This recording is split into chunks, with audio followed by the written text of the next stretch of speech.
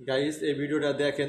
খানকে বেলা নবী মোহাম্মদ তোর মায়ের সুদি, খানকে বেলা নবী মোহাম্মদ তোর মা আমিনার সুদি, তোর মাই আছে না মা ফাতমা, ওই মা ফাতমার সুদি, তোর বউ আছে না মা আইসা, ওই খানকের সুদি, তোদের মা ফাতমা মা আইসা মা আমিনার সুদি, খানকে বেলা নবী মোহাম্মদ তোর কবর থেকে তুললা, খানকে বেলা তোর পুটকি মারবো মাদাসত নবী।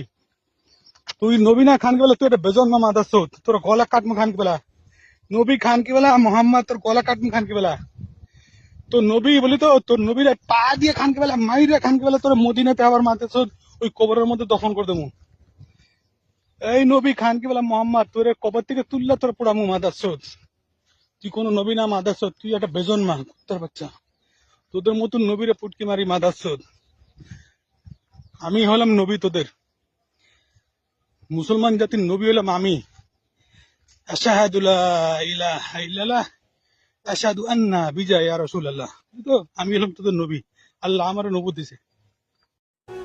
এই যে ভাই যে ভিডিওটা আপলোড দিছে, ভিডিওটা দেখে মাথা এত পরিমাণ গরম হয়ে গেছে, আমার শরীরের লোম পর্যন্ত দাঁড়িয়ে গেছে। মনে হয় কেটে টুকরো টুকরো করে নদীতে ভেসে দিলে তাও শরীরে রাগ যাবে না। আমাদের নবীকে নিয়ে এত কথা বলছে, মা আমিনাকে নিয়ে এত কথা বললো, আমার দিমাগ চলতেছে না ভাই, মাথা চলতেছে না। আর কি করব না করব এই কথাটা শুনে তা বলার বাহিরে ভাই। ভিডিওটা সবাই শেয়ার করে দিয়েন, সবাইকে জানিয়ে দেন ভাই, সুষ্ঠু বিচার চাই।